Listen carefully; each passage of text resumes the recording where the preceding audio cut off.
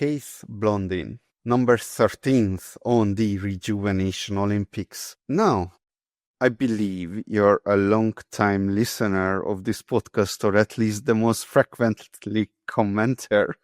So I am wondering if listening to this podcast have contributed to at least to any small parts to your recent rise on the leaderboard. Well, I had to get to a certain point to actually be on your show, so I had to put in the work, because if I didn't, then there wouldn't be any reason to be on your show. I wouldn't be worthy of it. So I worked my butt off as far as working out, having a clean diet, getting rid of all the bad things in my life that have been a burden on my body. And that allowed me to actually excel and get to the point of aging of 0.66.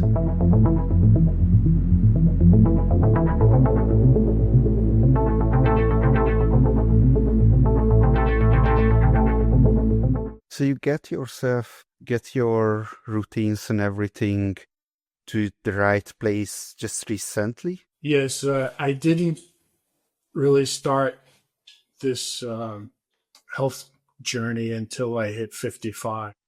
And give you a little backstory on. How old are you? 60. So I live in central Massachusetts, which is about 40 minutes drive from Boston, about 2.5 hours from New York. I'm the oldest of 3 brothers.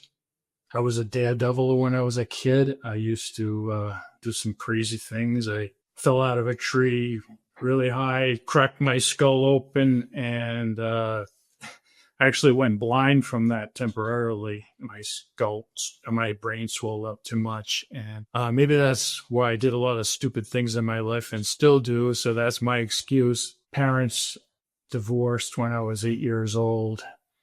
And I have 2 half-brothers and 1 half-sister. My dad died at 58 from smoking. That may have made an impact on me. I never smoked, never liked it. I tried it when I was a little kid, maybe 12 years old, and I was like, "Oh, this stuff is awful. How can you guys smoke it?" But a lot of kids did. My brother ended up taking up smoking. Luckily, he quit. My mom is 82. She is more health savvy, and her back is curving over now. She's got those issues, and I take a lot after my mother, and apparently I have a lot of her genes. I have her fine hair. All my brothers have thick hair like my father. My father had very thick hair, full head of hair when he died. My 2 brothers never had hair loss issues. I had hair loss issues, and that's something I'm working on. We can talk about that later. But my mom, I got a lot of influence from my mom as far as the genetics, and also some drive. When she was a little bit younger than me than I am now, she took her bicycle and rode it all the way across the United States, which is 3,000 miles, and that's pretty far. She did it in about 6.5 weeks. I thought, wow, that is really good, really crazy. I couldn't sit on that little seat that long, but she did it. I have a girl that I've been with since 2008. That's my record. When she arrived from Korea in 2008, we got together, met on a Match.com. That's how people meet these days. And we had our first date. We met during a snowstorm. She said, "You don't have to come during a snowstorm. It was a very, very deep snow." And I said, "I got a 4x4, no problem. I'll go there." And it was a good time, and we've been together ever since. We don't have any kids, but she's my girlfriend, my wife, my friend, my queen, my rival, depending on how good we're getting along. You know how that goes. After I grew up, went to school, I was an average student. That was in the early 80s, and that was our real party time. Have you seen the movie Scarface? I haven't. There was a lot of white powder around, and lot of drinking. It was just the 80s were a big party time, and I got sucked into it a little bit like everybody did. It mattered, doctors and lawyers and policemen. Everyone was doing a little bit of this and a little bit of that. And so did I. Luckily, I didn't get into too much trouble. I seemed to always avoid it. I crashed a lot of cars. I crashed a lot of company cars. I don't know how they kept me. But I was able to keep myself in one piece. And so that's a little bit of a lead into how I grew up. And then I took up electronics, did electronics repair office equipment, and did very good in that. I did field service, and I did that up till about 2004 while also building up real estate and flipping houses and redoing them and everything. I always had multiple things going on, and that got me to a point where, fast forward to 2015, I started a clothing brand, Paw Addict, and I've been doing that for the last 10 years, and sell online, and have a retail store in the next state over. And I hit about age 55, and then stuff started going wrong. My meniscus gave me a problem when actually 55 is when I started working out. I said, I got to start working out. When I started working out, I had issues because I overdid it. I was doing squats. I was doing deep squats, 50 squats. I'd hit my heel to my butt, just dropped really fast, 50 squats. And then meniscus blew off. I said, this is not right. My leg swelled up 3 times bigger than it is. I turned all black and blue. Got it checked out. And my mom said, you're going to have to get a knee replacement. I said, jeez. Luckily, I was able to rehab that. Going a little bit further, my neck started giving me a problem. I had 2 vertebrae crushing a nerve, and it ended up pinching a nerve into my arm, and my arm became so numb and painful I couldn't even sleep. And that was a real wake-up call to my breaking apart and falling apart. So at that point, I said, I really got to get serious. So I had been working out. I started out a set of exercises, and I told my friends, I told them because I wanted to make sure that they heard it. So I had to go follow through with it. I said, I'm going to exercise. I'm going to start the reps of number 13 and go up 1 rep every day till I hit 50. And I did that. I did push-ups, sit-ups, pull-ups, all kinds of different exercises like that, squats and all. Then I went up from there, and I was just using a door jam. I didn't have any equipment. I was just doing what I could. And then I started seeing some results. Not too long after that, I was able to do 100 push-ups and just kept building upon that. And I'm in really good shape now. So that has really pushed me forward in my health journey. And then also I cut out food. I cut out my lunches, and that made a huge difference in energy for me. I used to get afternoon burnout all the time.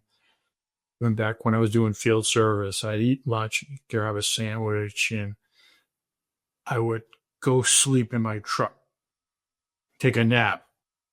Sometimes it would be half hour, sometimes it would be an hour. If I was drinking the night before, or maybe longer than that. But it ended up being kind of a drag. I never understood why I got really tired. So then I started cutting out carbs, and my diet had been for years and years very, very heavy in carbs, sandwiches, pasta, bread, stuff like that. I ate some junk food, but I tried to eat well as I thought I should. That how harmful can bread be? I ate a lot of cheese too, but apparently it was just a great meal. I wasn't a huge meat eater, but I did eat some, and I ate some that wasn't so good for me. Many burgers, a few here and there, some deep fried chicken and stuff like that. I've always liked fish, though. It was something that I ate a lot of, and I like sushi. But even too much of that is not good. Mercury poisoning.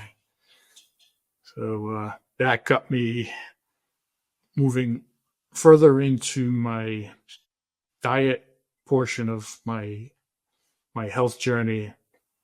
And then about 2 years ago, I decided to go into fasting. So the first thing I did, it was a 24-hour fast. So I never envisioned myself doing fasting. I said, this is crazy. Why would you not want to eat? But I found that it's really beneficial. Cleanses the body, and the senescent cells, bad cells, flushes all that stuff out, gets rid of the bad things in your digestive system, just cleans it out.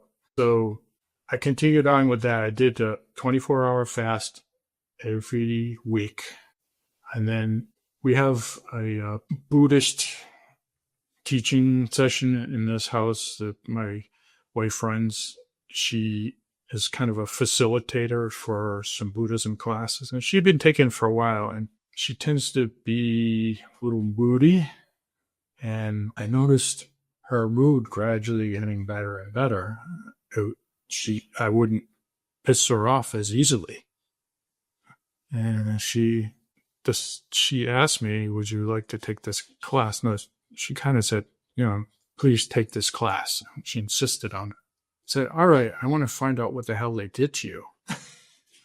So I took the class. I took 2 classes, Introduction to Buddhism, the practice, not as a religion, just learning about Buddha and what he did, all that. And I found it very interesting. If you know anything about Buddhism, it's about not suffering, obtaining enlightenment.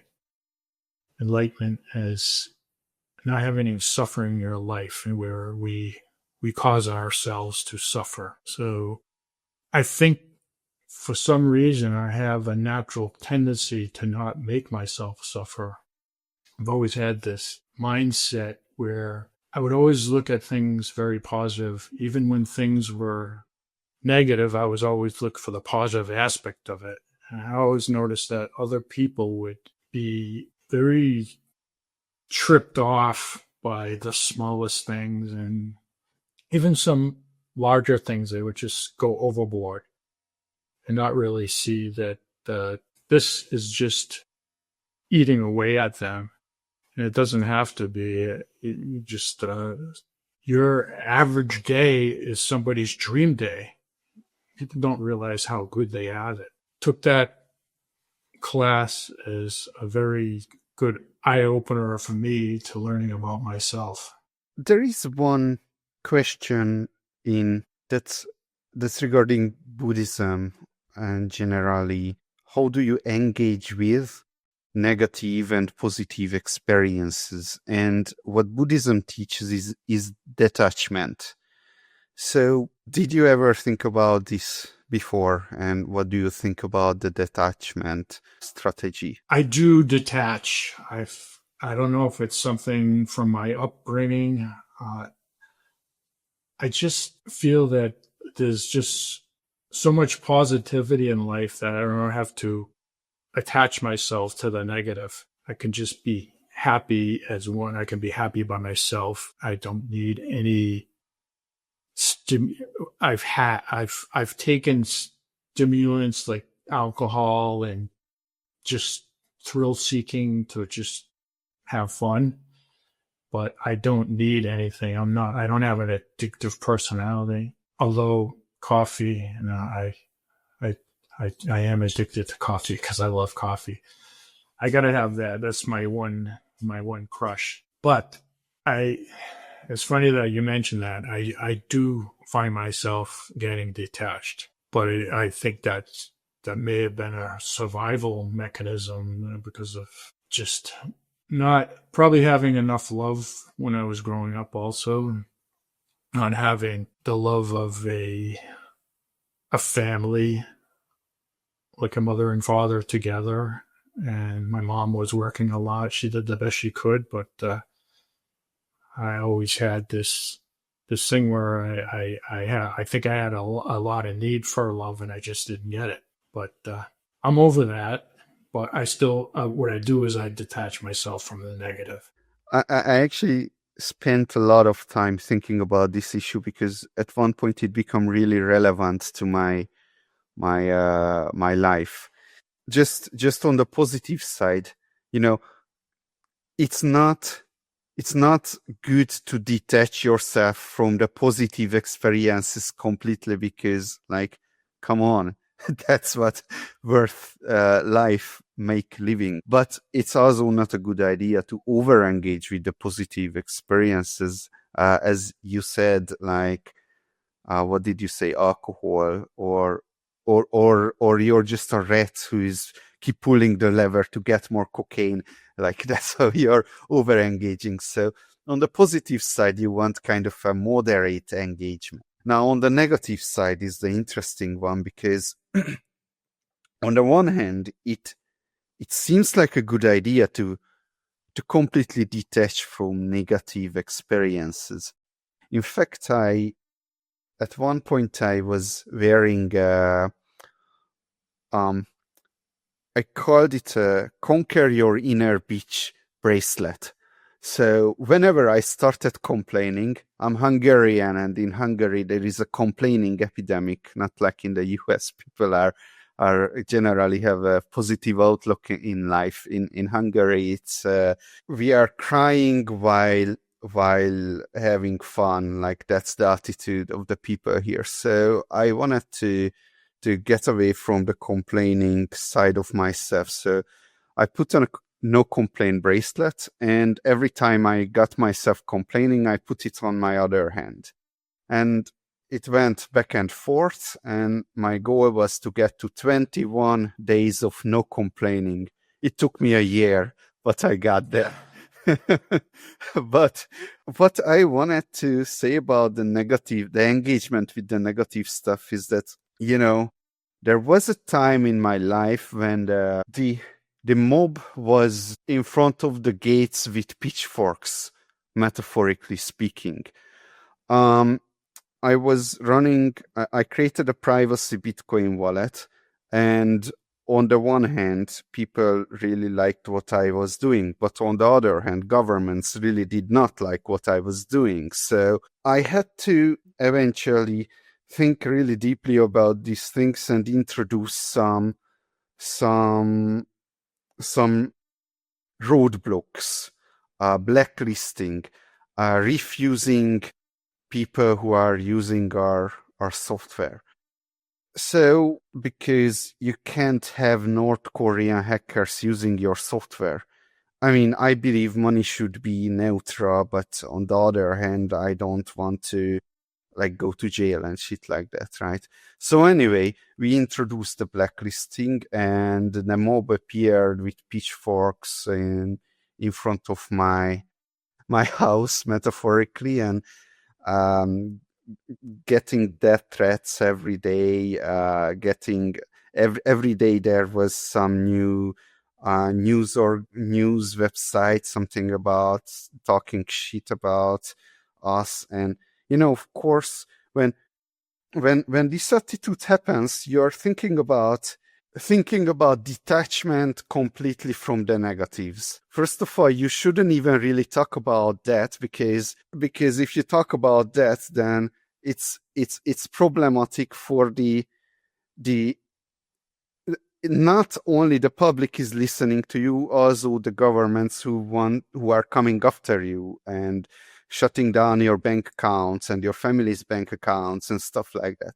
So you should really not really talk about these things. But on the other hand, if you don't talk about these things at all, ever, then the public is just getting into a vicious cycle, and you're not defending yourself.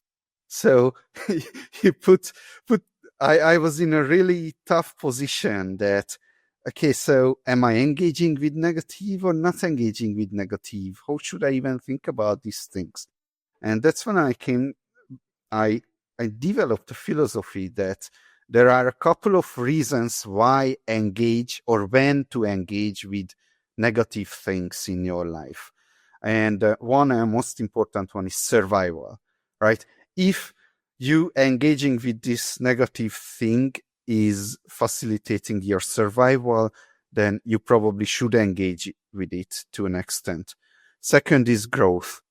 If it helps your growth, then you should engage. Third is boundaries.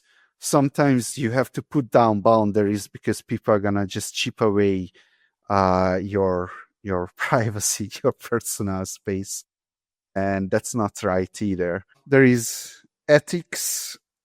Is it ethical to engage or morally right? Like you wanna, protect someone that you care about. But the point is that complete detachment from negatives don't work either. And this is a longevity podcast. I totally agree with that. What you said, I'm not thinking. I wasn't thinking it in that totality. More or less, like engaging with social media. You see people going back and forth, things like that, or somebody's complaining about just everyday things, just little things like that. But of course, survival. I totally agree with that. Totally agree with all your assessment of that. Okay, so did you say you got to 50 pull-ups? I've done 24 in one shot, but that was right after I did about 22 chin-ups, 22 pull-ups, right about at the same time, just one after the other. So just quick break. 100 push-ups is what my highest number. All right, Yeah. all right. That's a One Punch Man training. Let's talk about your exercise then. How did it evolve? Well, it evolved from my starting out with the 13 reps. It was funny. I started out with 13 and I just hit 13 on the Rejuvenation Olympics. Didn't even know that was going to happen. But so I just doing this body weight exercises and just building up reps and trying diamond push-ups. And my push-ups have gone up to, my favorite push-up now is the Mike Tyson push-up. Do you know that one? No. So normally you're going up and down like this, but Mike Tyson ones, you're going back and forth like this. So your legs are bending like a frog. You're going back, down, chest down, back like this instead of up, down, up, down. And that's a real workout. That pushes you forward. You know where the planche is? Yes. The planche, yeah. So it pushes you actually forward into a planche. So you're going to feel it. Yeah. So I like that. From last year, I kind of wrecked my shoulder doing pull-ups. I don't think I was giving myself enough break. And I was working out like 7 days a week or 6 days a week. And I just wasn't giving myself enough break. And I kind of destroyed my shoulder for a while. So I said, I'm going to do this different thing where it doesn't wreck my shoulder. So I go into a locked dead hang. So I hang like this, dead hang for 1 minute with the arms bent like that straight. And you feel that. Like, I'm glad when the minute's over. Then I stop, take a quick break, and I do it again. So I do that twice. And I do another one where I get these ropes tied to my basement ceiling, and I'm all the way down to the floor, and I pull myself up like an inverted row, and that's pretty good too. And I started out something else recently where I'm doing hammer curls and I didn't even think this was enough weight to even make a difference, but I saw this really, really, really jacked weightlifter, a bodybuilder, and he said he takes a 15-pound dumbbell and does hammer curls and skull crushers. And he said, do 100 reps. And I said, well, that's not that much weight. Let me try it. Let me see what I can do. And I can do 40. And you feel it. It doesn't sound like much at all, 15 pounds, but you're feeling it once you get past 20. It starts feeling it. I mean, I'm not jacked. I mean, I can do a lot of reps. I'm more of a flexible guy. I do a lot of stretching. And I'd say probably about 50% of what I do is stretching because I need it. Just as we get older, we get a lot less flexible. Why are you doing so many reps?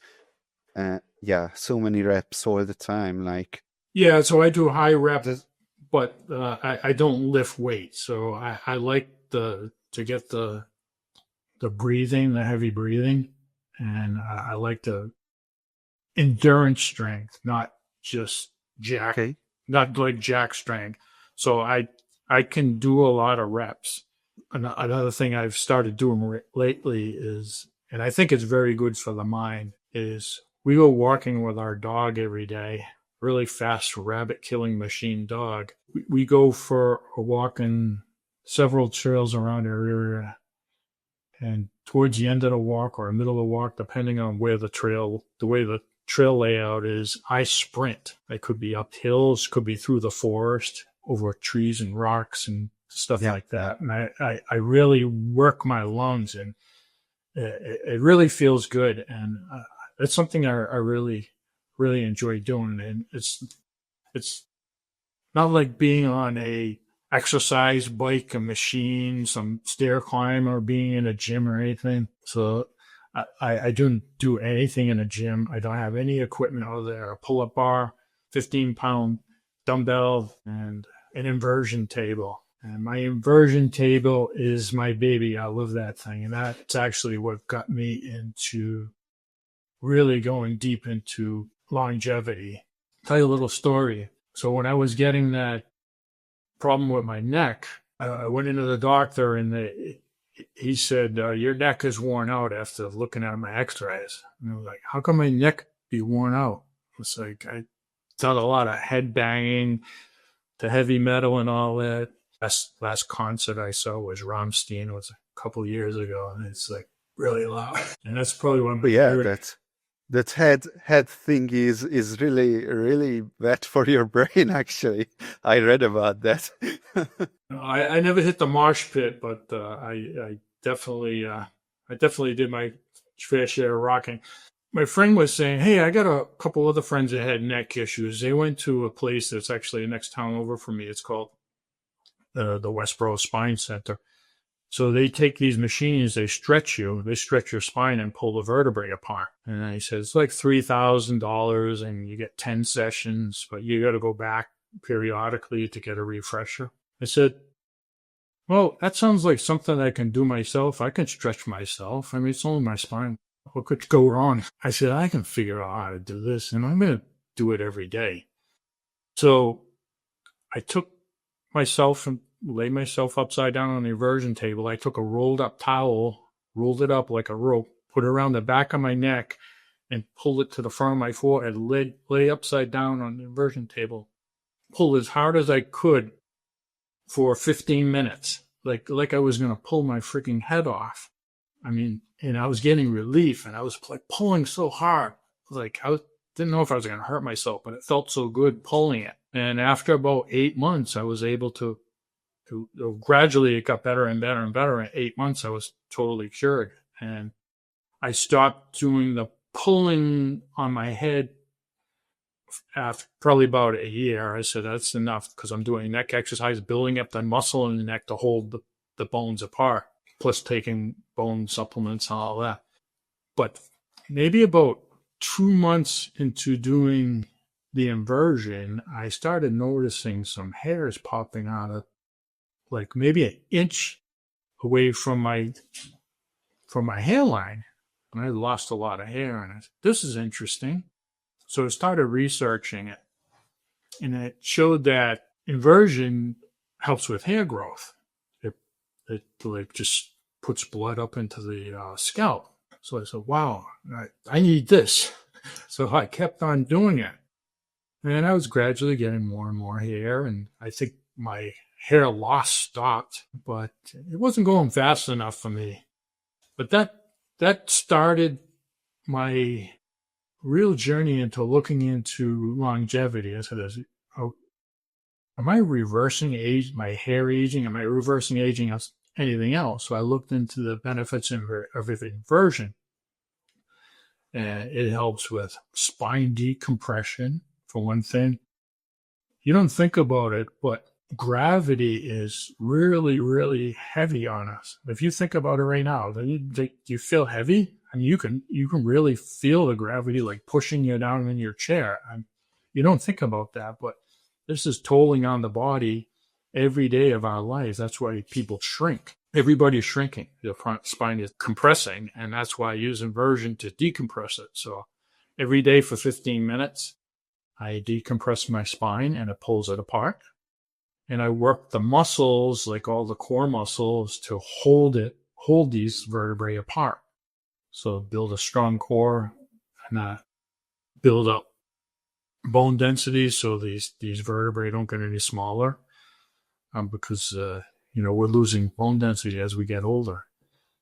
So the inversion also helps with digestion, draining the lymphatic system, anxiety, depression. It's really, really good for the mood. I notice when I get off it, I just feel wonderful. I mean, I get kind of a little bit of a rush of blood, went in my head and come back. Some people, when they first start, they get a little dizzy and they get maybe a little turned off on, and they don't continue with it. You just got to get used to it and continue on. But I think this is one of the best things in longevity that I've found that is just so easy to do, and we need it. I don't hear about too many people talking about it in the longevity space. I call it a real longevity hack. I see Dave Pasto said he does it for about 5 minutes. I saw one of your other guests, they said they do it for 1 minute. I mean, it doesn't even seem like it would do anything. I think it is uncomfortable for people. That's why they don't do it that much, but you have to make yourself comfortable. You have to make your ankles comfortable. I saw Dave Pasco uses these special shoes. I take some foam pads and I stick them in my ankles. The foam pads they give you with that most of these things come with are not adequate. So you just got to adjust it yourself. But you also need to get distracted while you're on the inversion table.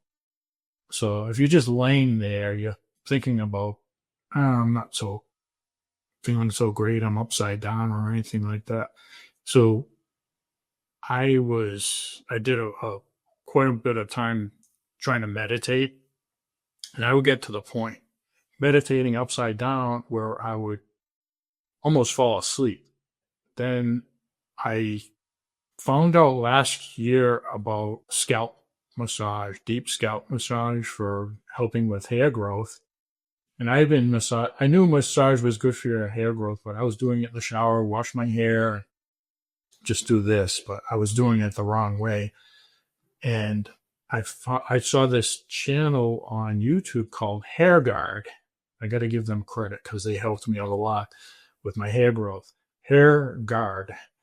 And they talk about scalp fibrosis, where your scalp gets microinflammation, which causes microscarring, which causes collagen buildup in it. That's what chokes off the blood supply. You could get the same thing from DHT. And they said deep scalp massage will help break up that scar tissue and help bring in new blood supply. So I started doing that deep scalp massage. So not like this, where you're moving your skin. Yeah, like that. You're moving the skin back and forth. Not like this, but moving the skin. Yeah, so that's what I was doing in the shower. I'm just sliding around. So you're breaking up the scar tissue. So that really, really helped. And I started, and right at that point, I started doing the microneedling too. Mm-hmm. So I've seen a big jump in my hair growth trajectory from there. So just doing those three things really added on to it. And I also learned just recently, I've been taking nicotinic acid on basically the research that Mike Lascardin's been doing. He mentioned that it raises NAD levels.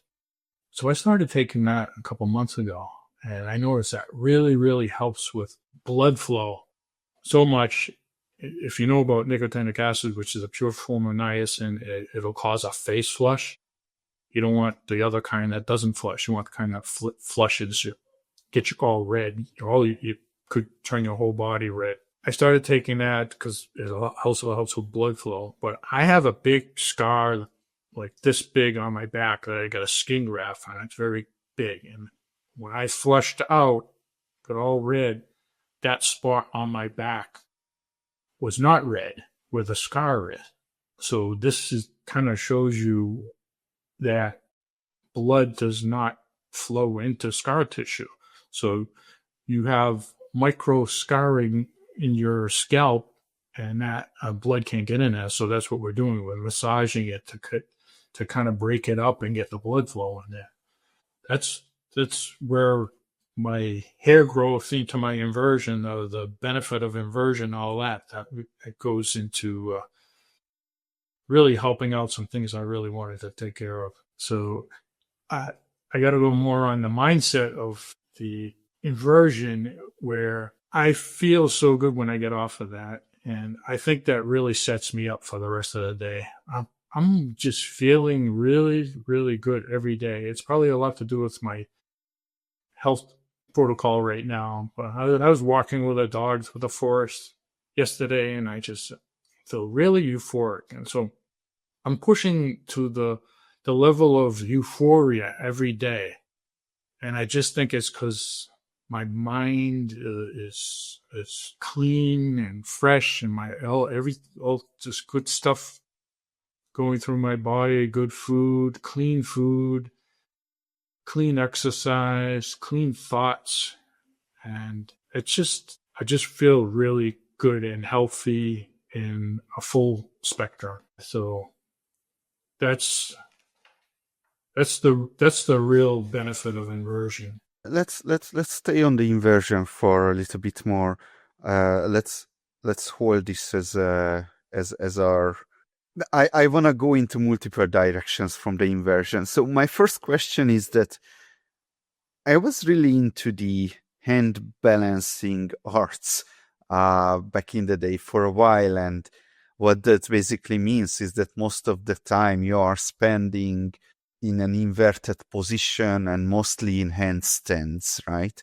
A lot of headstands and stuff. And of course, in the beginning, whenever you restart the hand balancing stuff, the handstands, then you only do like, I don't know, 10 seconds or something like that, because you just have to accustomate yourself to the blood flow of that inverted position. But yeah, so my question is, have you ever thought about, would handstand training basically be the same or get the same benefits as an inversion table? Or do you think an inversion table might be a bit more or different in some ways? No, because as far as the spine goes, your spine is being compressed from the top. You just, instead of standing, your hands are pushing, your gravity from the rest of the body is pushing you down.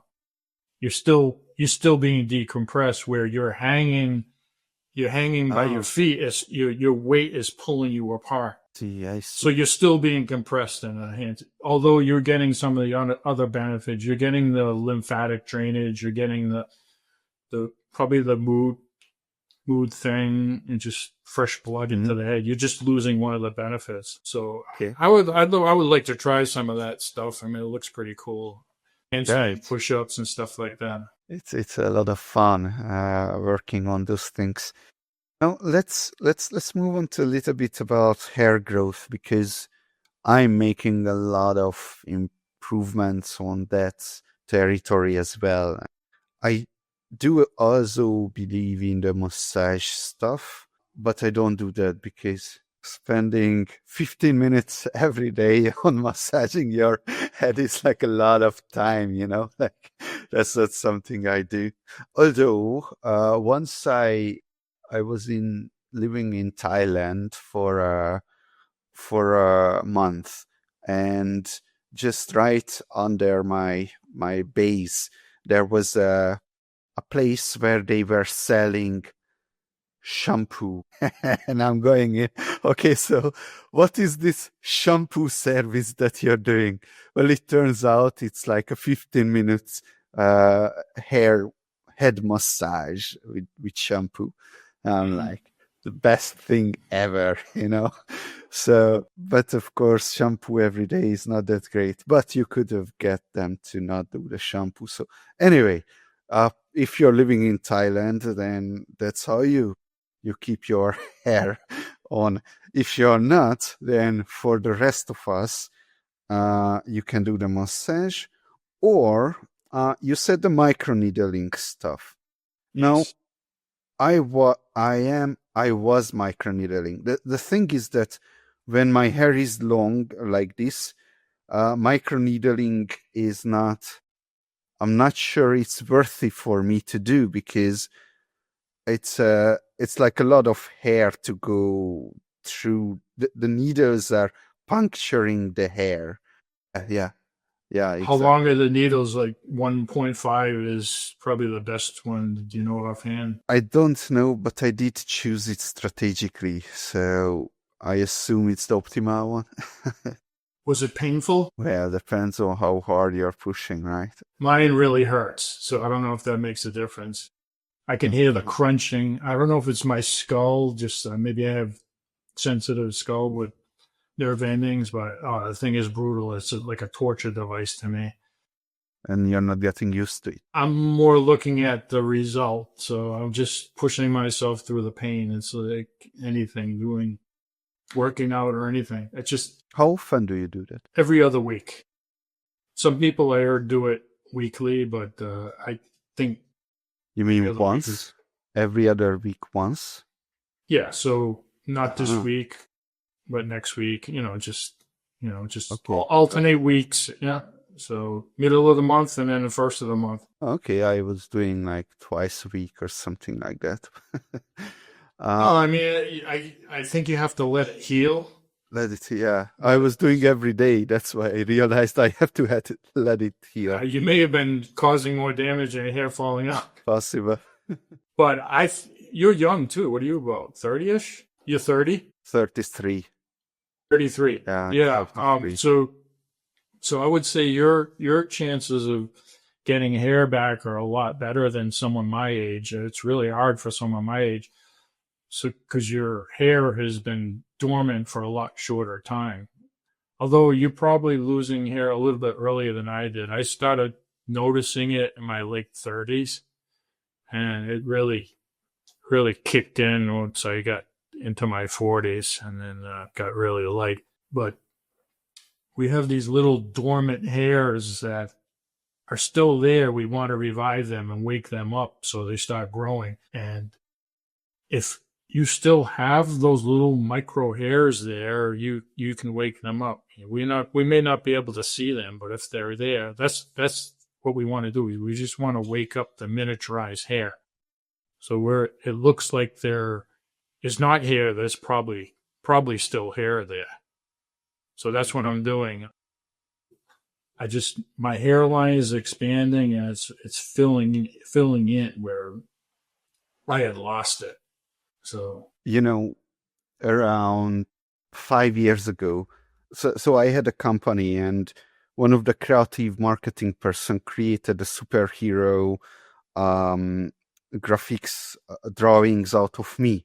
And that superhero person, who is supposed to be me, did not have hair right here. And I'm like, holy shit, that's how people see me. So that's when I was like, I have to do something about it. This is not good. Yes, you're at the early stage and you should be able to bring it back. Just don't let it go. Don't ignore it. I think head massage is very grueling.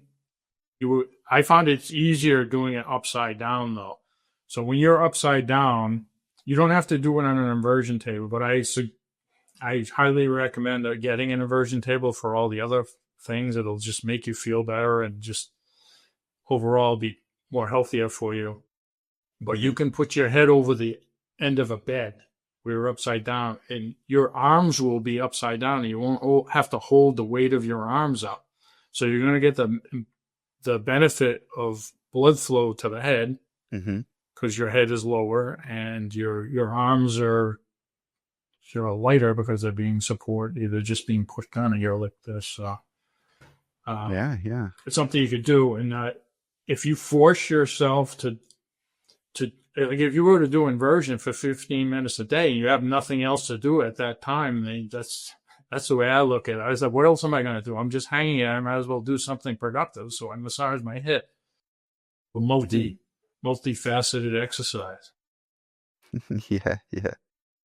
You know, another thing so again, I'm making a lot of improvements, but I'm not quite sure what works and what doesn't.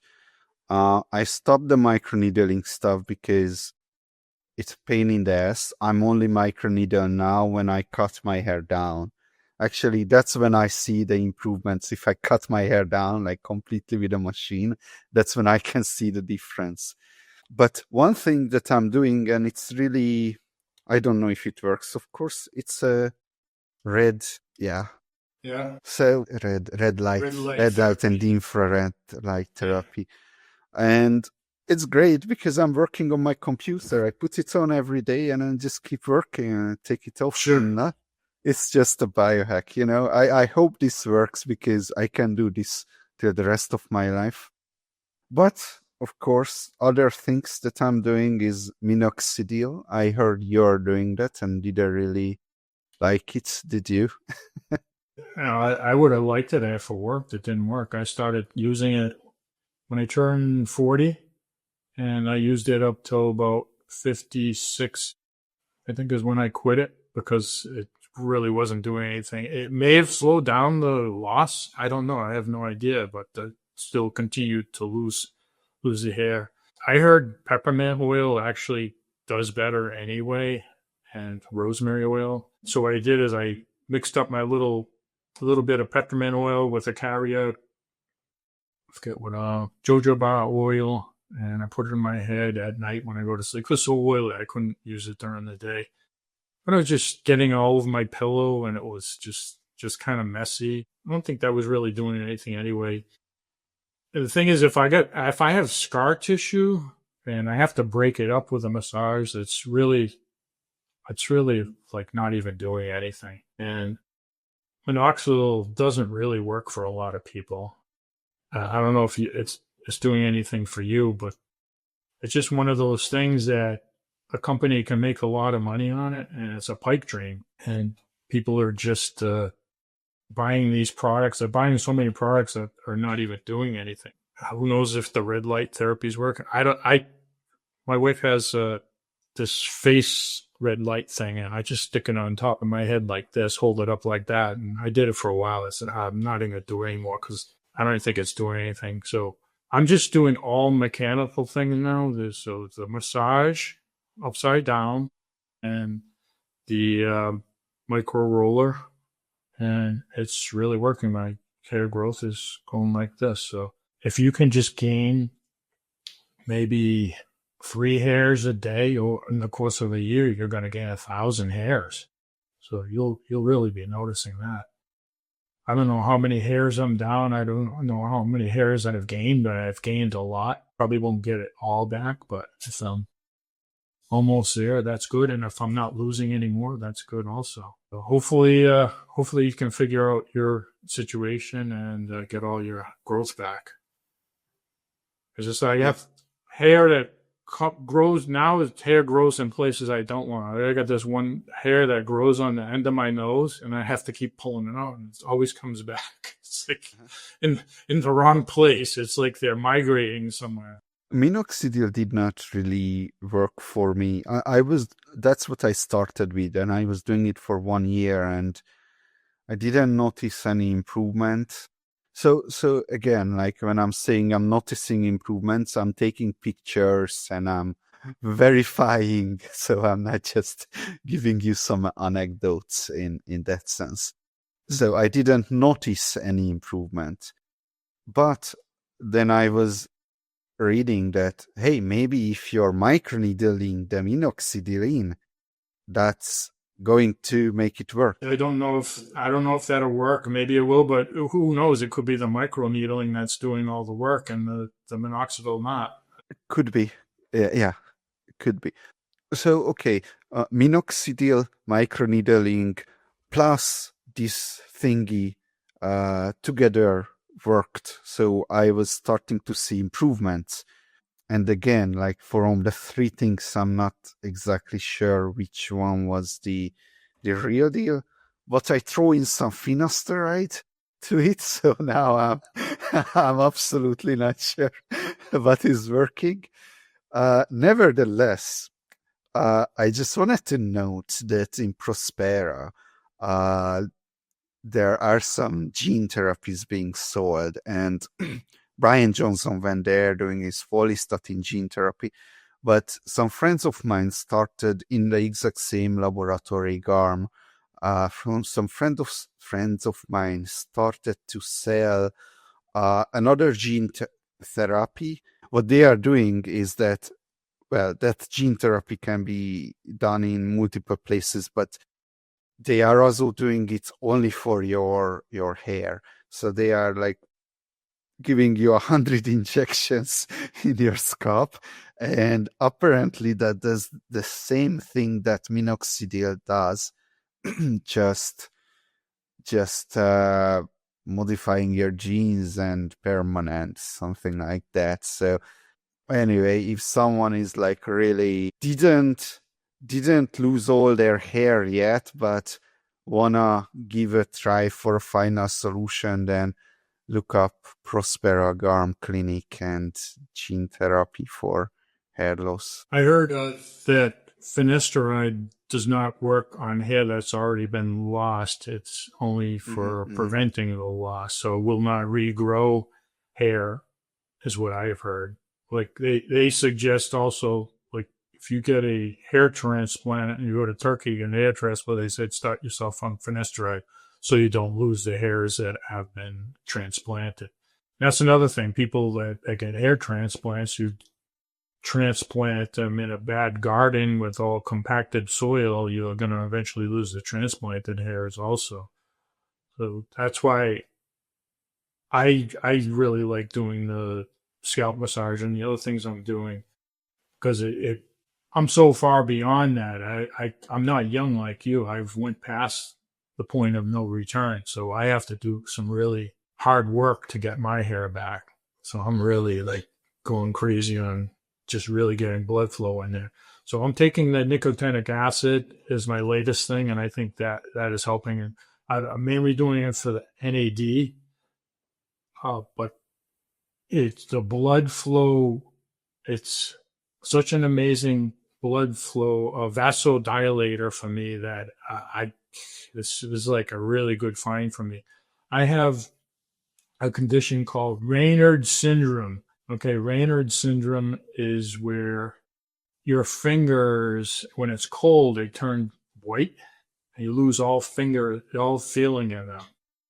I don't know if you know who that has it. It happens to young people, but it happens more when you're getting older. Millions and millions of people have it. So I'd be out mowing the lawn on the lawn tractor in the fall, and maybe it was be like hoodie weather or sweater weather, not that cold, but my fingers, I'd have several of them that turn white and they would lose all feeling. What the body does is it overreacts to the cold and it closes off the blood supply. It's like a survival mechanism. Like if you were to be out in really, really cold weather, to try to save the heart and the important organs. So that bothered me for the last 10 years. And I would be going out for walks with a dog and it wouldn't be that cold. So no cold plunges. No. Oh, hell no. Hell no. But listen to this story. So I started taking the nicotinic acid, and it was about 3 days before we were going on this walk. She comes, well, the first day I took it was the end of a 3-day fast. And she comes into my office. She's looking at me. I'm turned all red. I didn't tell her I was taking it. It was like completely red. I was beet red. She goes, "What the hell's wrong with you?" I said, "Oh, I think I'm hot."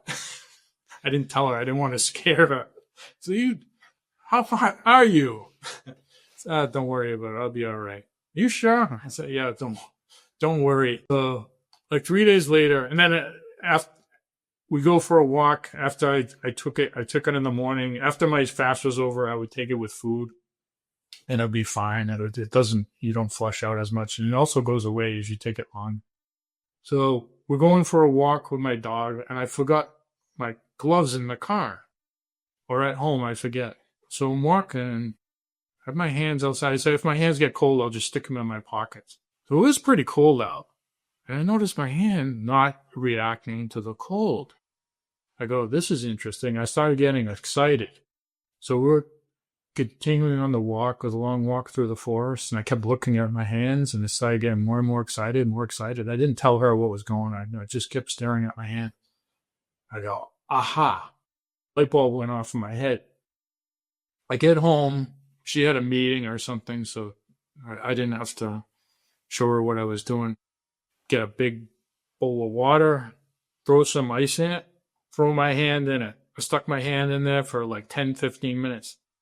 Nothing happened. Perfect. I go, bang. I figured it out. I took the nicotinic acid in the morning, and it would survive, and it kept my blood vessels open all the way to the afternoon.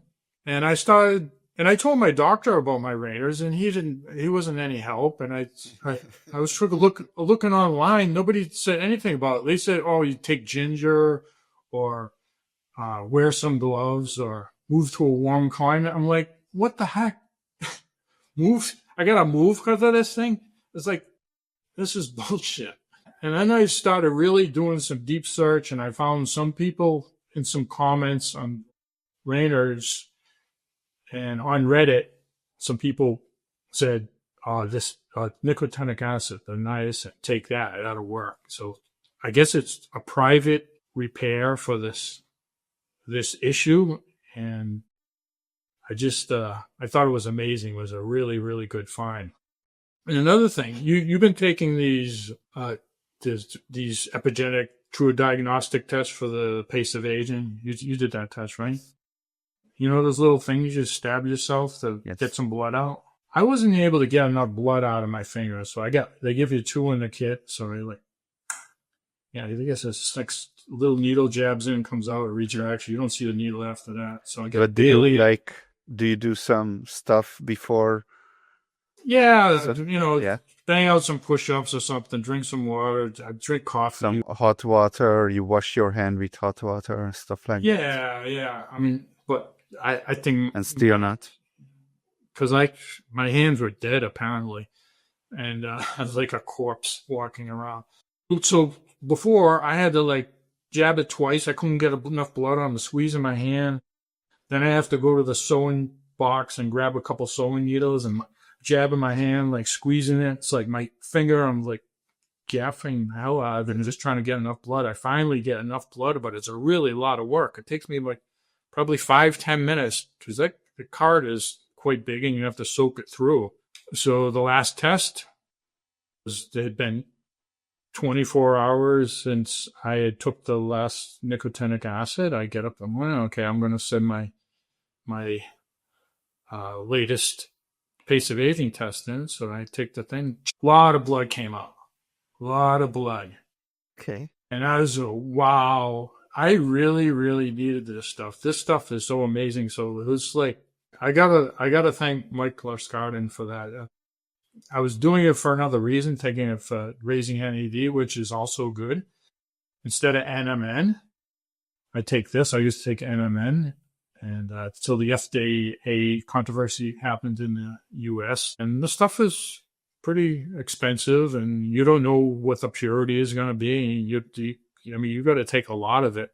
And I just take 100 milligrams of this nicotinic acid, and for 100 capsules, it's 8 And that's like nothing. It's like a 3-month supply. So this stuff is like amazing. So it's niacin. The niacin that says nicotinic acid on the back, and Huh? you don't want to get the no flush version, because I had actually been taking the no flush version for a long time. I was taking 500 milligrams of that. I heard that doesn't even do anything for even being niacin. It's basically useless stuff, so don't even take that. But the recommended dosage for adult males, I think, is by the people that make up the recommended dosage of niacin is 16 milligrams, but this 100 milligrams is fine. It's still within the range of safety. And some people take 1,000 and 2,000 milligrams, but they're taking because they have heart issues. They're trying to flush out their cholesterol and all that, but it can damage, I guess, the kidneys or the liver or something like that. But I don't recommend those high doses, not for especially for a long time. Look, I'm taking a lot of supplements because I'm always like experimenting. So I have like maybe 40 pills a day. That's my basic stuff, and another 100 pills or something like that I'm always experimenting with. I'm just buying something and I take it until it's finished, and then I'm not buying it. Then I see something in a podcast and I order another. anyway. So, but I don't really notice much effect from anything, I go away to live in another country for 3 months. I'm not taking anything, and there is like barely anything I'm noticing from that. But anyway, what I wanted to ask you here is that one of the things that I actually can feel right away is Beta-Alanine. Have you ever tried that? No. No, you get your... So you see, Beta-Alanine is very popular in bodybuilding circles, but for some reason I don't see the longevity folks really talk about that. But it gets you really, like, your skin starts to feel interesting, That's what nicotinic acid does, the same thing. You feel like it's... But does it turn you red? I don't know. I didn't notice it from nicotinic acid myself. But I do from this. Despite me taking this chronically for years, I'm still feeling the strangeness in my skin. So maybe you wanna try Beta-Alanine and just see how that feels. What is it supposed to do? When you're exercising, if you take creatine, then you're bumping up the stuff that you're doing for short periods of time because your creatine stores are used up in the very first few reps of the exercise. All right. For Beta-Alanine, it is good for when you're doing a lot more reps. Actually, what you're doing, like it's like a buffer. But it's not good for the long-term stuff like the running around, walking, cardio stuff. The many rep exercises. So, but what it does, I don't think we know too much of most of the things that we are taking. Because there are so many different ways these things affect us, and science has to isolate out all the variables, and then we learn some very specific thing. But there is also like 100 different things that thing can result to. Maybe we know enough about creatine, but not creatine is the most studied supplement in the entire history of human supplementation, right? And we still don't really know what it does to our brains. Like, it doesn't cross the blood-brain barrier, but it still does stuff to our brain, but maybe only for high. People say things about creatine, but when you don't even have to read the research. You just have to look at very long YouTube presentations from people whose main job is to read the creatine brain research, right? They are specializing on brain creatine, and if they don't know what's going on, then you're getting a feeling it's always more research is needed. Yeah. I take 5 grams of that per day, so hopefully I'm safe. What about you? By taking 5 grams, yeah. It's 5 grams seems to be something that doesn't have bad effects on me. I would go up to 20, but over 5, I start to feel dryness, especially at night. I actually stopped taking creatine. The last creatine I'm taking is with my dinner at 5 p.m. Because if I take more creatine after that, my mouth gonna dry up during the night, and that's not good, or doesn't feel right. Yeah, I'm taking it in the morning, so I'm way early. All of it. That. Yeah. I only take 22 supplements, and 2 of those are collagen peptide powder. Only. And yeah, exactly. And the plant protein powder, which I consider that a supplement also. But I'm actually doubling up on the amino acids that are in the collagen peptides, the L-arginine, L-proline, L-lysine, glycine, things like that, taurine. So I take those amino acids 3 times per day. So I'll take them in the morning when I first get up, down some coffee with my collagen peptides I have in there. Then I'll work out, and then unless it's a break day, rest day, then I'll have breakfast, and then I'll take my second batch of supplements, which is the bulk of all the other supplements I take. Then the third batch of the amino acids is around, say, about 4 o'clock, and then I'm done for the day. So the other ones I take are nothing crazy.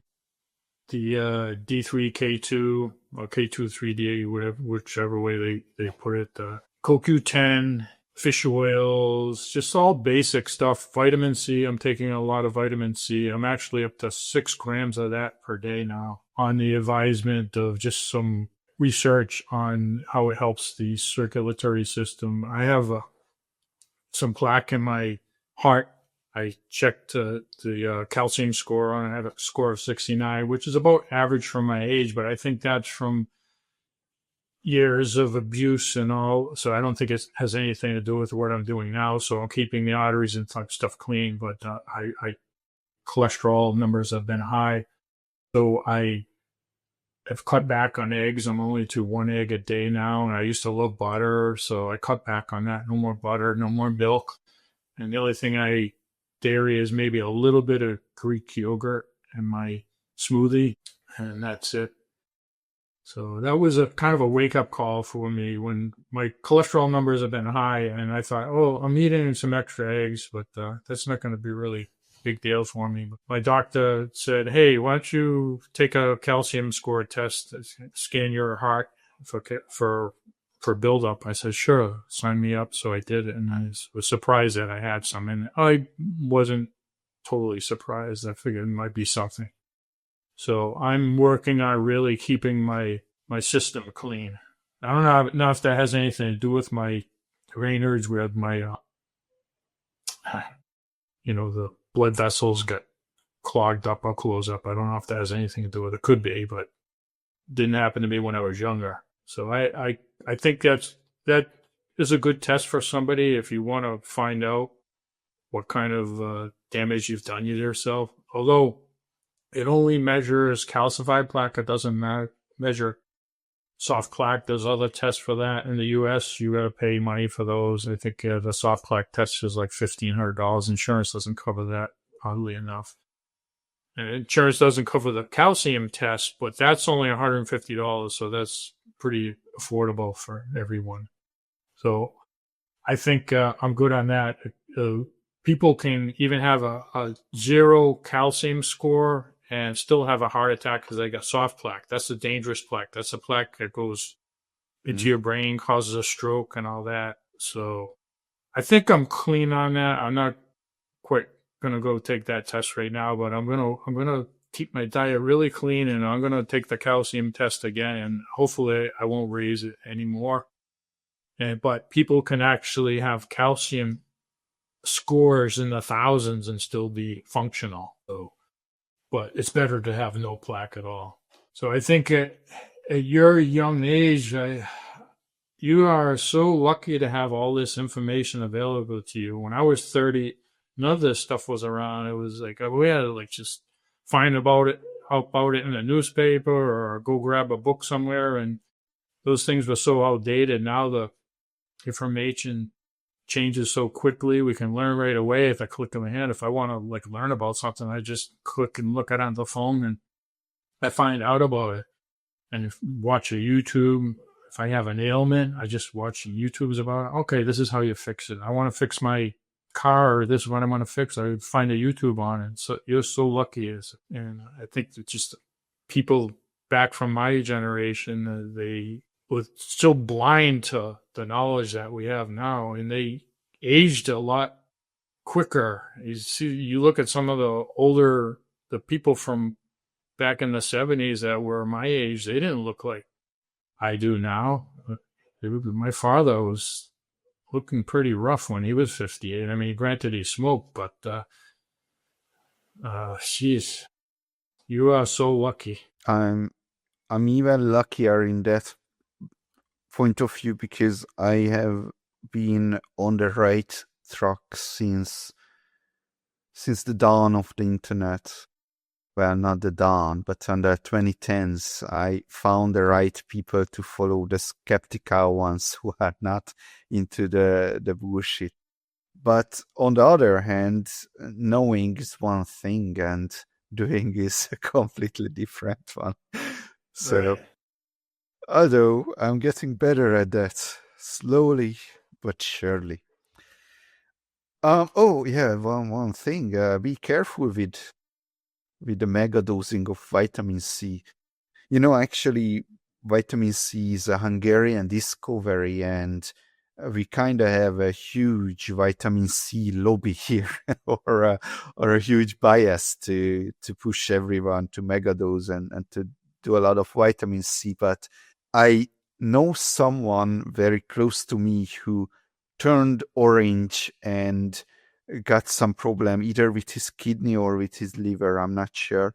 Trump? But yeah, like that's like that, right? Just worse, of course. Like how the memes are making Trump to be. Yeah. My brother's been taking 6 grams of vitamin C for 10 years, and he used to take 16 grams. How much is 1 tablespoon? No, teaspoon. 1 teaspoon. I don't know. I just take it in the capsule form. So he's been taking 6 grams per day, and before he was taking 16 grams. And he said, that was a little bit too much. He is a vegan though, so I don't know if that makes any difference. But I also was doing that based upon the Linus Pauling research. 5. So this, excuse me? One teaspoon is 5 grams. Oh, okay. So that means he was taking, I don't think he was taking more than 3 teaspoons, but it could be 2. Like, yeah, you are mega dosing even by Hungarian standards. Yeah, careful, man. I'll try. I'm testing and experimenting, and hopefully I don't screw myself up. But that is the chance with taking a lot of these supplements. I mean, some people will take 100 100 pills a day and 150 pills a day, and I just can't swallow that many. So the ones I'm taking are pretty basic. The ones I'm taking are pretty basic supplements, so it's nothing crazy. Yeah. Running joke is Brian Johnson is gonna die by choking on a pill. But you had a similar story, didn't you? Like, did the irony escape you? One of your videos on YouTube, yeah, you have a YouTube channel. Everyone who got this far should know about that at least. One of your videos, you talked about the inversion table, that you got vertigo from that, right? Yeah. So I was filming something. I was filming a video about, I don't know if it was about hair or something or whatever. It was something I used the inversion table for. So I had the phone that I was trying to take a video of myself flipping over, and I misweighted myself where I had extra weight over the top of my head, and I flipped over really fast. And I got dizzy after that. Every time I would lay down, I would get dizzy, and every time I got up, I would get dizzy. So what I did is I knocked my crystals out of position in my ear. So we have these little crystals that tell us where we are in relationship to, Earth and all that. So we keep our balance. If you don't have those working properly, you get dizzy. So I went to the doctor, and I tried to just let it naturally heal. And then finally I just made an appointment with my doctor and to a person that specializes in this. So she laid me down on a bed and just put my head in all different positions and my body in different positions. So she watched my eyes, and when she saw my eyes twitching, she knew where my crystals were in my head. So she said, all right. So she just moved me around like a Rubik's Cube. Pretty impressive, isn't it? And then she says, I think I got it. She says, okay, go into position, the trigger positions again. And says, oh yeah, you got it. It's like no more dizziness. So she says, well, I think we'll make 3 more appointments and for follow up and everything, and see because you may need a little bit of follow up. And but she says you could get a little bit dizzy still, just it's gradually kind of go away. So after a 3 weeks, I think I've been fine. But I do notice when I bend my head forward, sometimes I get a little bit dizzy. So I think I'm going to make an appointment to get a refresher, because I think I maybe still have a couple more crystals that I guess it's a lot of crystals. So you have a couple more to adjust. So I'll just go in there. She'll do her thing, and I'll be all set. But she got rid of the majority of it because it was really annoying. Every time I laid down, I would get really dizzy, like I was had a ton to drink or something. I'll get up, same thing. And especially when you're working out, getting on the mat, doing workout, getting up. So that's all gone at least. So yeah. All right. I want to talk to you about something that you mentioned in the beginning before we even started, which is seasonal pollens. What are you allergic to? I'm trying to figure that out. I took an allergy test. The regular things in the air, pollens and foods and all that, they didn't come up with anything. By their testing standards, they didn't come up with anything. But I've been having, for the longest time, my right nostril, for some reason, has been draining, like just constantly. It's just never completely clear. For some reason, the left one is fine. Really still don't know what it is. It could be something in there. It could be some tree or some other pollen that they don't do in the test, because the test has only so many. There's a lot of trees and they can only get so many. And I don't know if it's something I'm eating or something, but it's been happening for a long time. I just don't know how long. I don't know if it's because of some of the stuff I'm doing with my health protocol now. I don't know. But my doctor recommended I use this Flonase stuff. It's like he calls it a steroid. And I just shoot it up there once in a while. I don't use it that often. and it doesn't really even seem to do much because I mentioned to you I'd use it. I had this sniffle thing, so I don't know if you had to cut me out and do an edit when I take care of my nose, and I used it right before I got on, and still I can feel it. My nose is a little bit annoying right now, so but you have some issue? Yeah, I have a lot of issues. And this month, I did not even leave my house at all. Really? Yeah, like COVID stuff. Birch allergy this time for 1 month. But the rugweed is starting in 2 months, and then I'm going to be homebound for 3 months. Usually I go away to another country because turns out there is no rugweed anywhere but in Hungary and some countries around Hungary. So wherever I go, I'm good. But holy shit, like every summer, I cannot leave my house for most of the summer. So I have a lot of problems and I'm doing a lot of stuff for it, you know?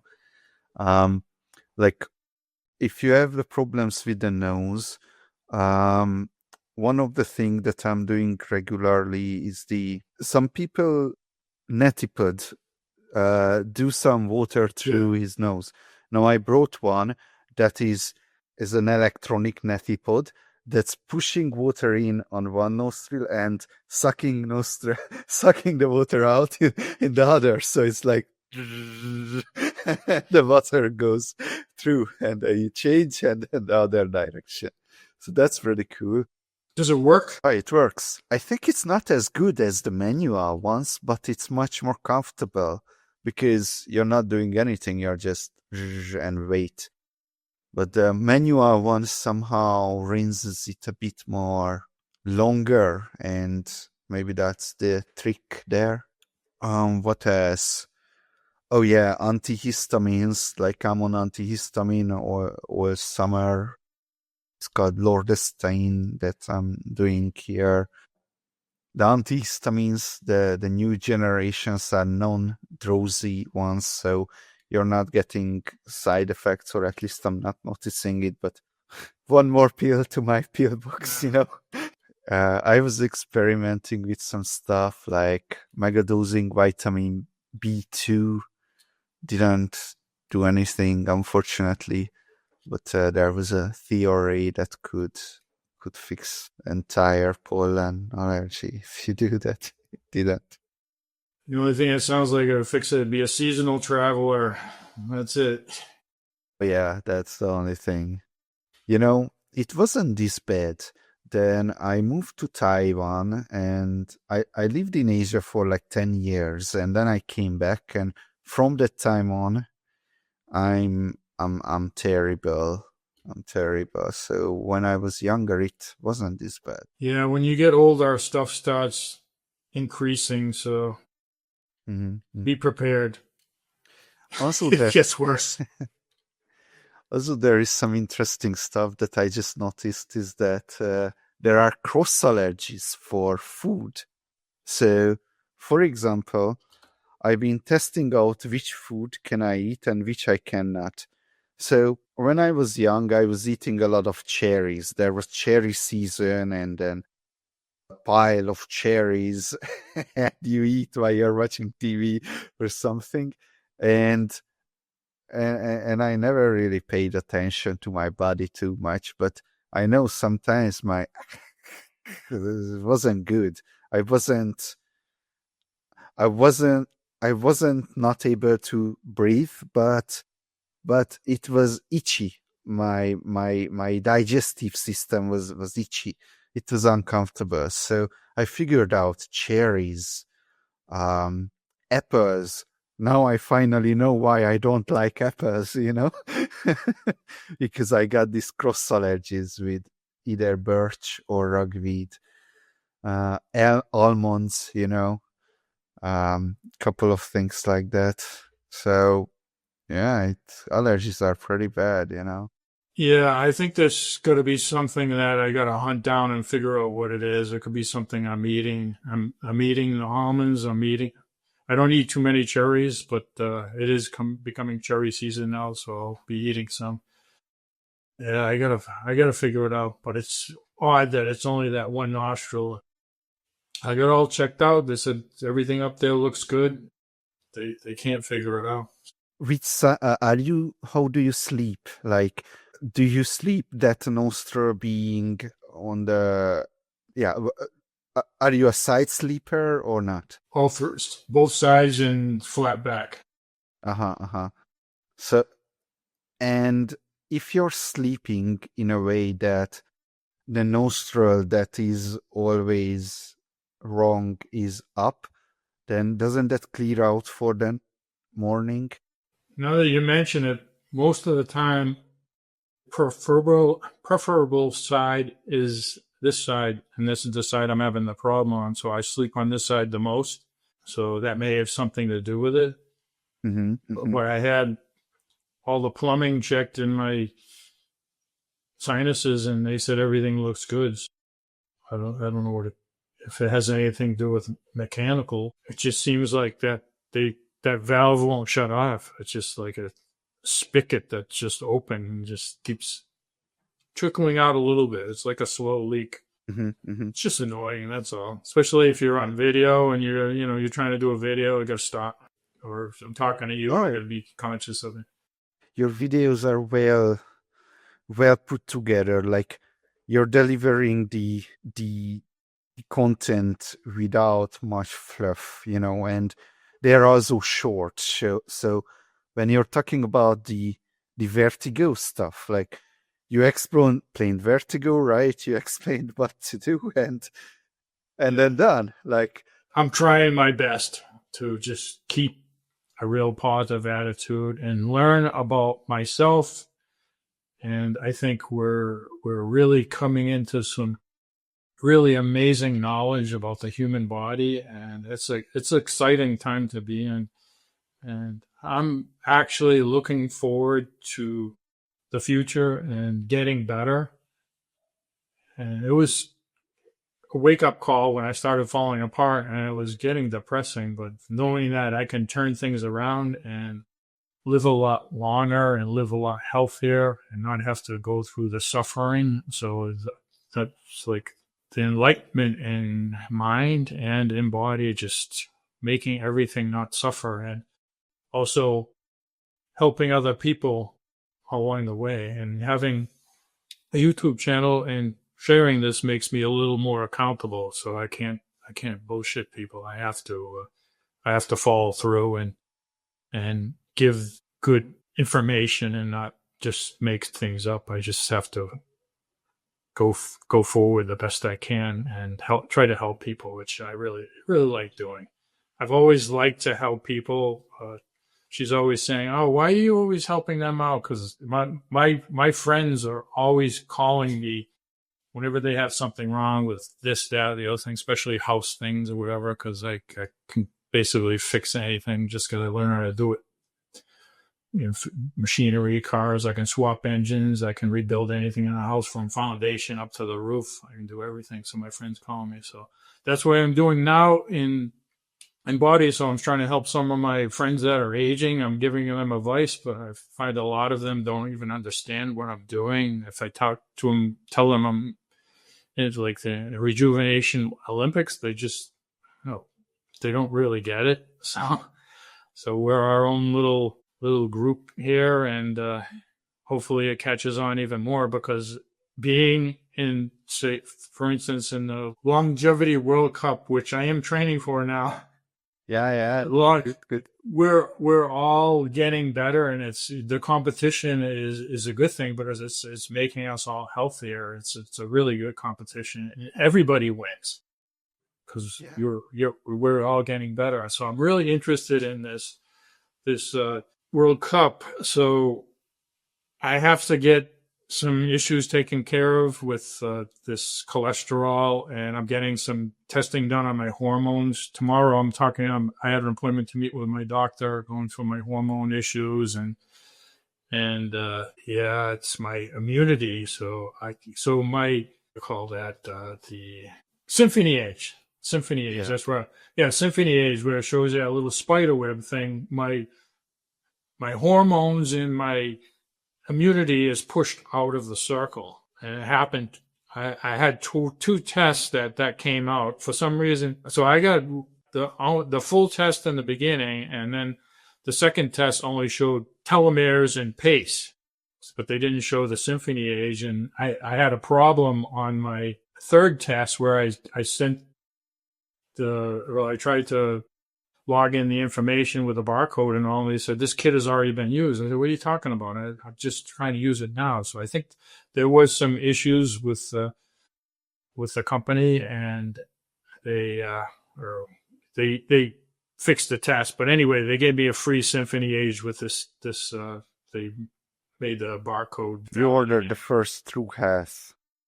I ordered like a triple pack where it came with an everything test, and then I just 2 pace tests. It was the older one before the version they have now. It was Symphony Age, Omic Age, and all that. So here's another interesting thing. My telomere length got whacked out on my second test. So my first telomere length came at 55, so 5 years younger than I am. The second test came out at 80 years old, over 80 years old on my telomere. I was like, holy crap, man, what the hell am I doing wrong? And I said, this is not right. Maybe it's just an abnormality or something. And then I took the third test, and it came back at 55 again. So I had to think back what was going on in that period. My sleep was just not good. I wasn't getting enough sleep. I was staying up too late and just waking up, drinking too much water. So I got rid of that thing. And that's when I really dove in on sleep and really said, and my pace of aging went up to 0.76, where it was 0.72 before. So everything was going in the wrong direction. So I really doubled down on everything. And that's when I hit 0.66. I got clean on sleep, mindset, food, and working out. Let me tell you something, because I had a bad experience that really making me question about those results. In December, at the end of December, I did 2 tests. One is the old Dunedin pace test. You remember that orange box? And the other is the new True Health test. Okay. And I did that at the exact same time. So I pierced my finger, one blood spot card and the other blood spot card from the same blood, right? All right. So I send in, I post my results. The Dunedin pace came back. The True Health came back. Very good. Now, a week ago, they sent me an email that the True Health test, there was some biomarkers removed, some ranges changed, blah blah blah, but okay. And as a gift, we did you a True Age test from the same True Health test, right? So what does that mean? They did a Dunedin pace and a telomere length calculation too from the True Health test. And I already had the Dunedin pace and the telomere length test, right? So you would expect, because it's from the exact same blood, that they would be the same, like the same telomere length, the same Dunedin pace, but that was not the case. How far off was it? The Dunedin pace was 13% off. The telomere length is something similar. It's not in percent. In telomere, it's like you're really talking about really small numbers and big ages, right? Yeah. So I don't know how many percent, but it wasn't a trivial difference, So I'm like, this is not good. Like, it's really, really problematic. And just for the Symphony 8 stuff, for the first test, that I did, I was like, okay, this is exactly me. My worst was my lungs, and my second worst was my metabolic age, which basically means I was smoking and I'm fat. And that's perfectly describes my two main health problems. Now I did the second Symphony H test, and I've been working on my lungs for a year, like lung exercises, nebulizing. I'm doing all kinds of awesome lung stuff. Like, let's not go into that. But the point is that according to the Symphony Age, my lungs become better, and that makes sense. But everything else was completely different from the first test that I did a year ago. So I'm not quite sure, like, is this like really what's going on? Or is this just a random noise, like how the Dunedin pace is mismatched from the same blood? So now I'm like, what should I trust and shouldn't, Yeah, the same blood supply that should be the same. I heard that from somebody else on YouTube. Cable line. Yeah, exactly. Yep. Yeah, okay, so people listening to this, there was a YouTube video from Matt Caberline who tested a bunch of biological aging clocks. All right, and one of them was the Dunedin pace, and he tested with sending them fake age, like a young person's age, and his normal age, and then different results came back. Now, I originally found that to be, holy shit, that's bad. Like, it really shouldn't be because of that. But now that I'm doing the Longevity World Cup and I'm doing the pheno age, which is calculated from the biomarkers of normal blood test, and I noticed that, hey, this pheno age is also a function of the chronological age of the person.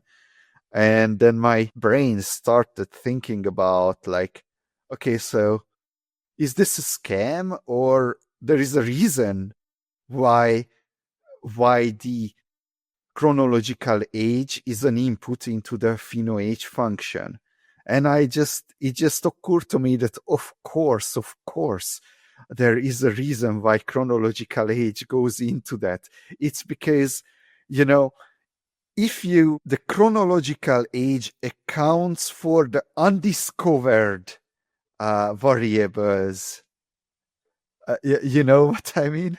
So it factors in. We figured out a lot of things about what makes a person healthy, but there are still things that we don't know, and the chronological age accounts for those unknown biomarkers. Those are not inputs to the pheno age, and it makes perfect sense. So in that sense, I realized that, hey, maybe Mark? Yes. Is it Mark? Okay, Mark Caberline's critique there doesn't hold up, because it could just be the same. Hey, the chronological age is just the accounting of the undiscovered variables to the Dunedin pace. So, well, I think these tests and clocks or whatever are going to get better, and we're just kind of just working through the noise at this point.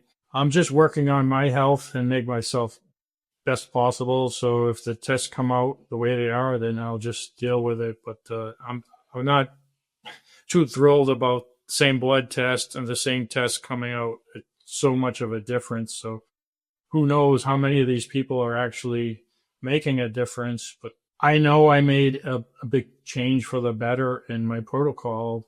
So I got a better score, and my Symphony age came out about the same. And I had two bad aspects of it that came out the same on the second time I did it.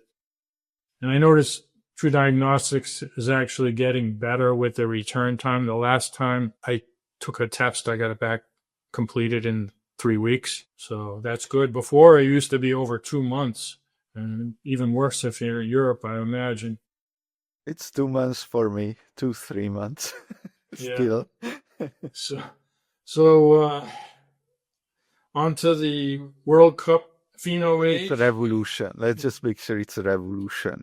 Like this is changing. This is going to change medicine. Anyway. So do you have in the U.S., do you have any places that you can get, do you have suggestions on your website where you can get a blood test and the whole way to do the pheno age? I'm not sure exactly which blood tests you have to do, which things you have to test to get the pheno age. Do you have those instructions and recommendations of where to go? It's on the website, longevityworldcup.com. You click on play the game and there is the list of biomarkers. I think it's 9.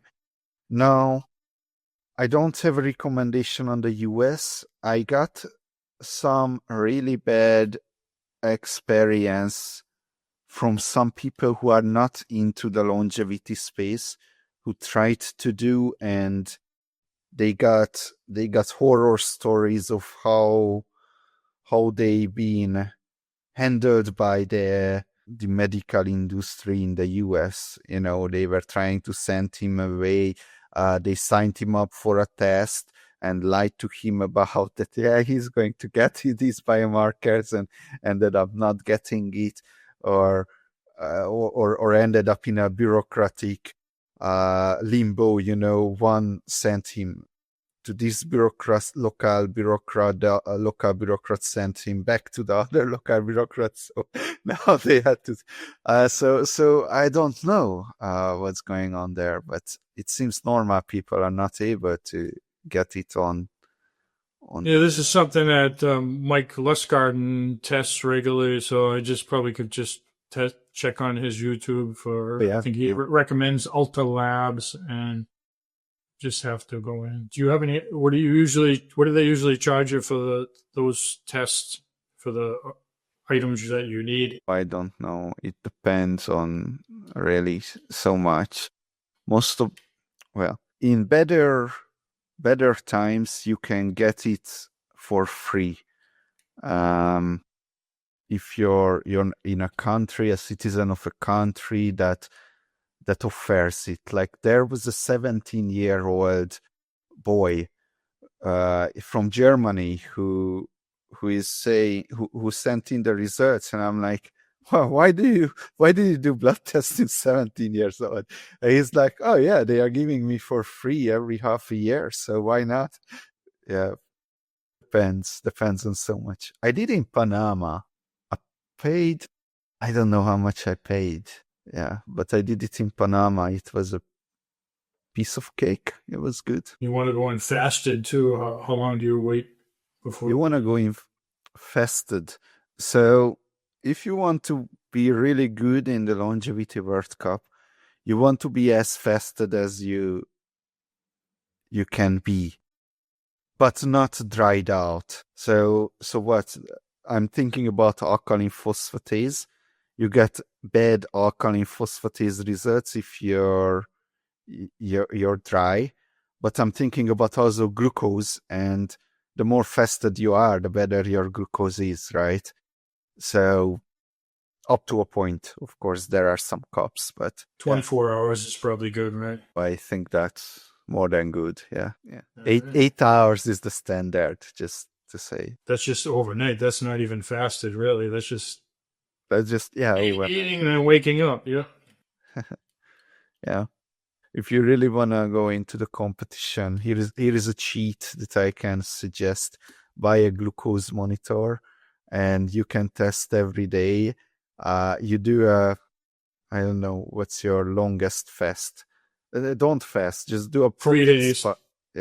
Do a protein sparring modified fast, right? Like you keep eating protein, but you're not eating carbohydrates. And then you can score the best glucose score on best achievable one. Although the glucose is not the covariant in the PhenoAge algorithm, the glucose is not that heavy, right? The most important one is the red cell distribution with which I don't know what helps that. That seems like what helps that. I don't know what helps that.